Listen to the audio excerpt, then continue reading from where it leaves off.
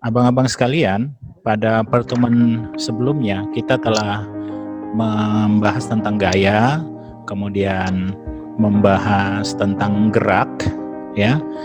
Jadi antara gerak dan gaya yang kita bahas sebelumnya itu merupakan bagian dari implementasi hukum Newton. Nah, jadi pada kesempatan ini kita akan lihat lebih dalam bagaimana sih hukum Newton itu dalam kehidupan sehari-hari ya gitu ya, abang-abang sekalian. Oke, kelihatan ya slide-nya ya. Baik, kita lanjut ya abang-abang sekalian. Hukum Newton. Newton ini dia dikenal kalau nama panjangnya Sir Isaac Newton, yang penemu atau pembuat rumus gravitasi ya, yang dia seperti sampul ini. Coba kalian lihat di slide, membaca buku di bawah pohon apel ya, lalu kemudian apel jatuh dan Sir Isaac Newton bertanya mengapa mesti jatuh ke bawah, sampai pada akhirnya dia menemukan teori gravitasi. Baik, kita lanjutkan. Hukum Newton itu ada 3, hukum Newton 1, hukum Newton 2, dan hukum Newton 3. Kita masuk ke yang pertama, hukum Newton 1. Bunyinya kira-kira seperti ini. Suatu benda akan tetap bergerak lurus beraturan jika resultan gaya yang bekerja pada benda itu sama dengan 0. Nah, ini artinya gini. Hukum Newton 1 ini besar hubungannya dengan kelembaman, hukum kelembaman, atau seperti istilah kita sebelumnya, inersia. Kelembaman itu seperti gambar berikut ini. Setiap benda akan mempertahankan kedudukannya. Misalnya, kalau sebuah benda diberikan gaya, maka dia akan cenderung mempertahankan kedudukannya sehingga pada akhirnya dia mengikuti gaya itu. Ya. Nah, coba kita lihat misalnya seperti mobil ini. Mobil ini dalam keadaan tenang sebelumnya, tapi ketika ada hewan ternak yang melintas, maka mobil ini ngerem. Udah. Jadi yang mau kita fokuskan bukan mobilnya, tapi orang yang di dalam.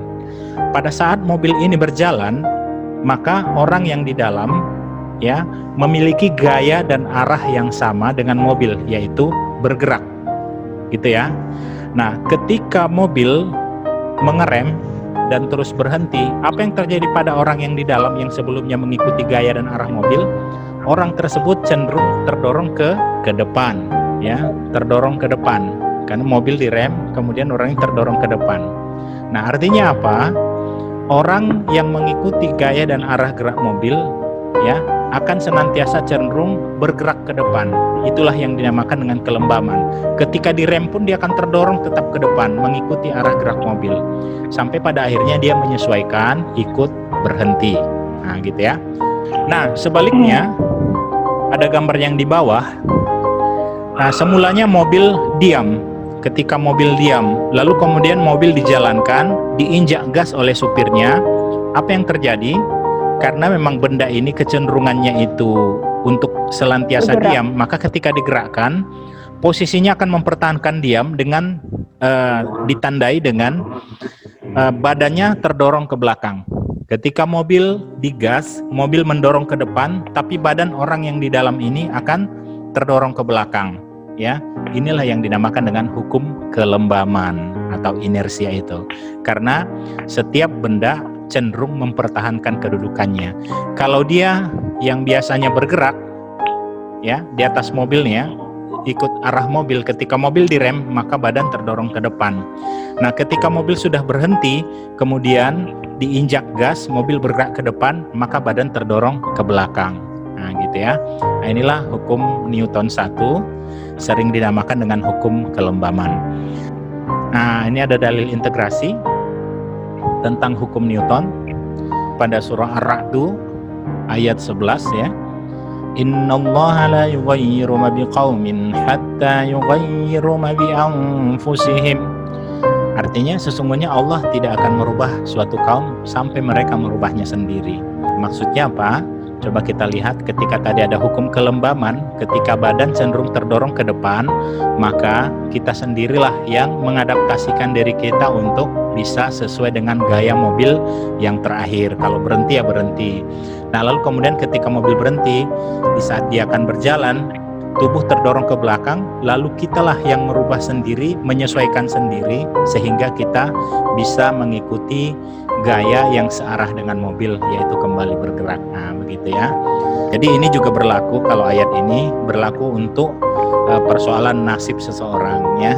Nah, nasib kalau misalnya dia orangnya selalu gagal, untuk mengubah supaya dia jadi sukses, maka dia harus rajin. Nah, gitu ya. Nah, jadi intinya tetap bergerak, beradaptasi dengan lingkungan. Ada kaitannya dengan hukum Newton 1. Oke, kita lanjutkan ke hukum Newton 2. Hukum Newton 2 berbunyi, percepatan yang ditimbulkan oleh gaya yang bekerja pada benda berbanding lurus dengan besar gayanya dan berbanding terbalik dengan massa benda. Ini artinya seperti ini. Kita langsung saja ke contohnya. Mungkin pada saat kecil, abang-abang pernah bermain mobil-mobilan dengan cara ditarik. Nah, lihat ya. Mobil ini memiliki percepatan. Nah, coba lihat percepatan karena ada gaya yang diberikan oleh si anak kecil ini, yaitu dia ditarik dengan menggunakan benang. Coba kita lihat, semakin besar gaya yang diberikan kepada mobil-mobilan ini, maka semakin besar pula percepatannya. Jadi semakin dibawa berlari, maka percepatan mobil ini juga berlari. Dia berbanding lurus dengan arah gaya. Percepatan berbanding lurus dengan arah gaya.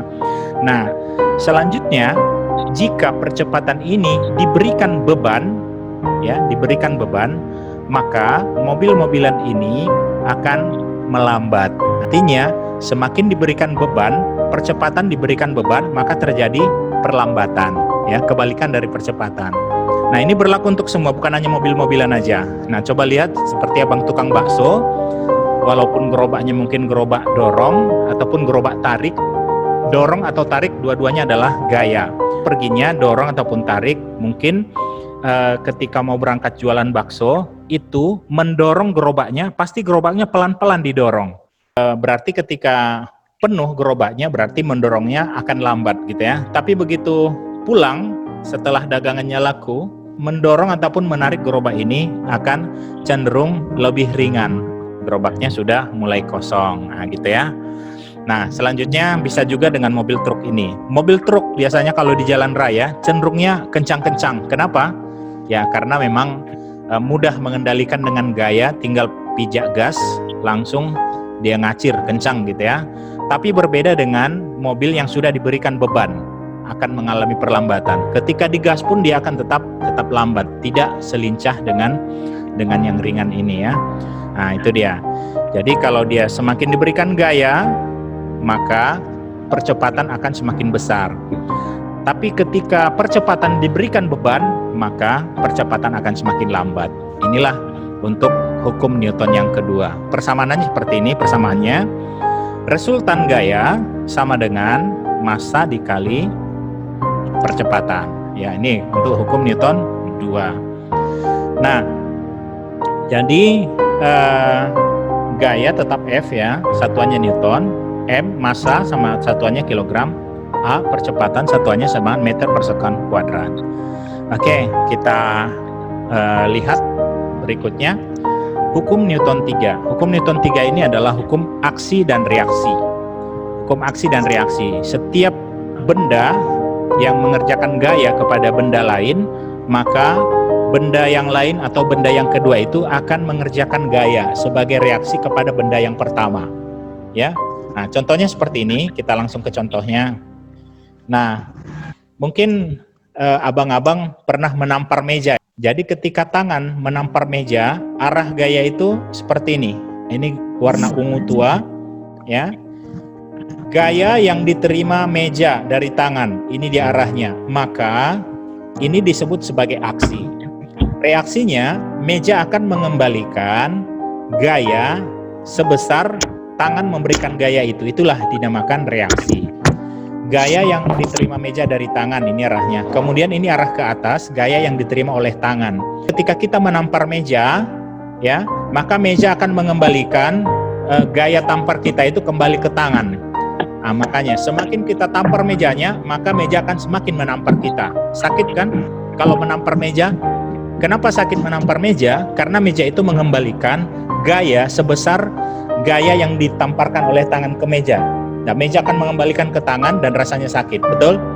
Kalau nggak percaya, coba tes.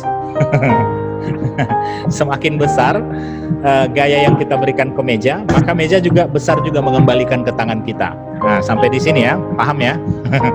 Nah, contoh yang kedua, bisa Anda lihat ini ada bola, yang bola dipantulkan ke tanah. Nah, ini juga aksinya dipantulkan ke lantai, lalu kemudian oleh lantai bola itu dipantulkan kembali ke tangan kita. Nah, ini aksinya ke bawah, reaksinya bolanya naik ke atas lagi gitu ya. Nah, atau kita lihat bisa seperti bandul atau bola ayunan Newton yang ada 5 bola besi ini berayun. Coba lihat, bola yang paling pinggir ini berganti-gantian saling mendorong ya. Nah, coba lihat yang dari kiri. Ketika yang dari kiri mendorong, maka yang dari kanan bereaksi. Dorongan aksi dari kiri diterima oleh yang dari kanan, baru kanan mendorong lagi sebaliknya ke kiri, dan begitulah seterusnya.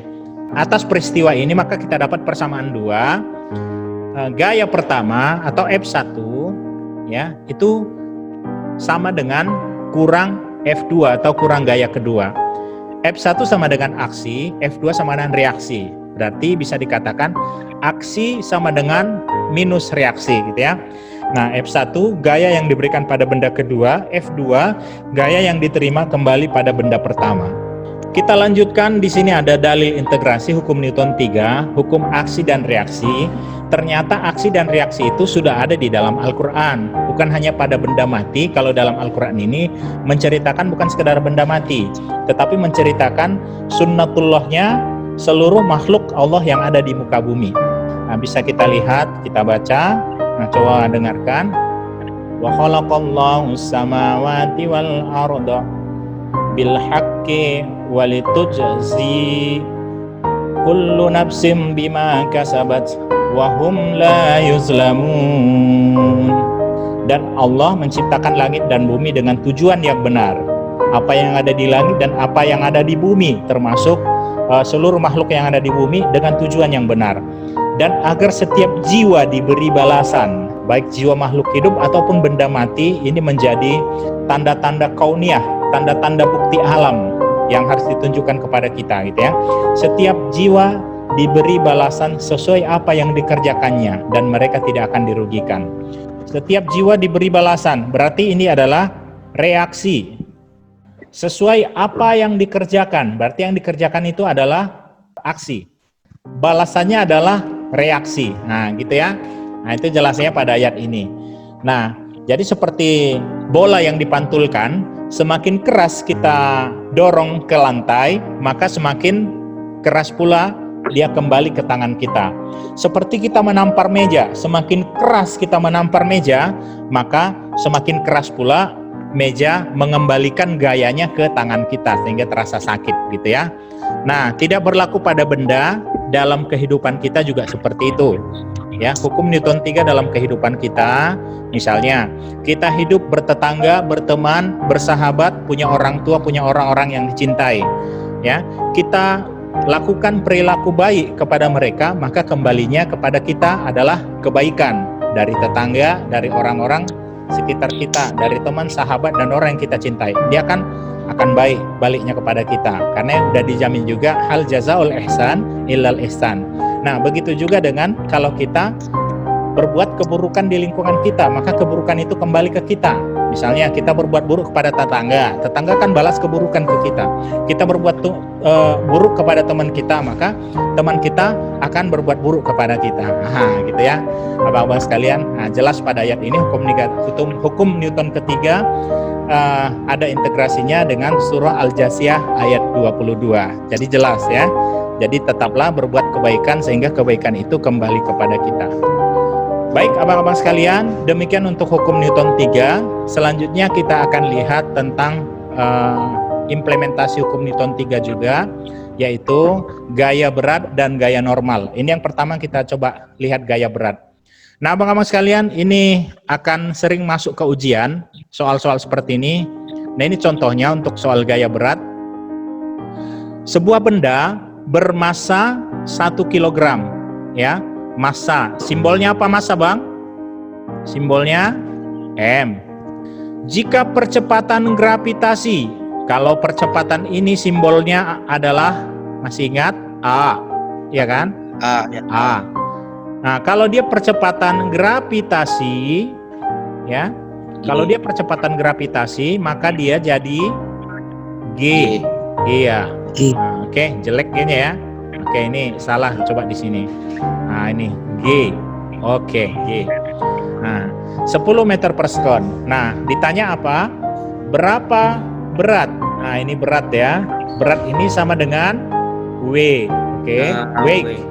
Weight. Bahasa Inggrisnya weight. Berat, W. Oke, weight. Nah, jadi kita bahas, diketahui massa benda sama dengan 1 kilogram. Ini M ya. Kemudian percepatan gravitasi G 10 meter per sekon. Ditanya berat W. Udah W. Oke, jelasnya W ya.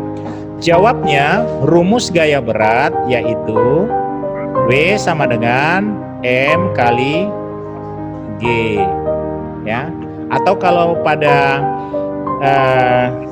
hukum Newton 2, F sama dengan M dikali A. Gaya sama dengan massa dikali percepatan. Ini hukum Newton 2. Maka pada gaya berat, ya, kita perubahan ke sini, ini gaya. Kan ini gaya ya. Ini F, tapi berat yang di garis bawahnya adalah berat, maka berat ini adalah W.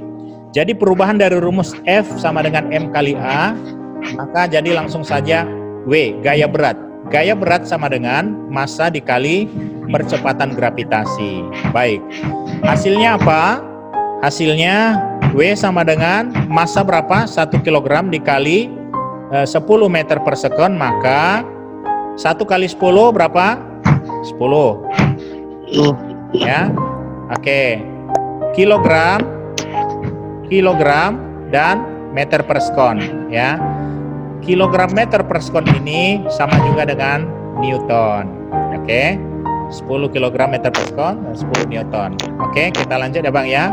Nah, boleh di screenshot ya, boleh. Nah, silakan. Untuk gaya normal, contoh seperti ini.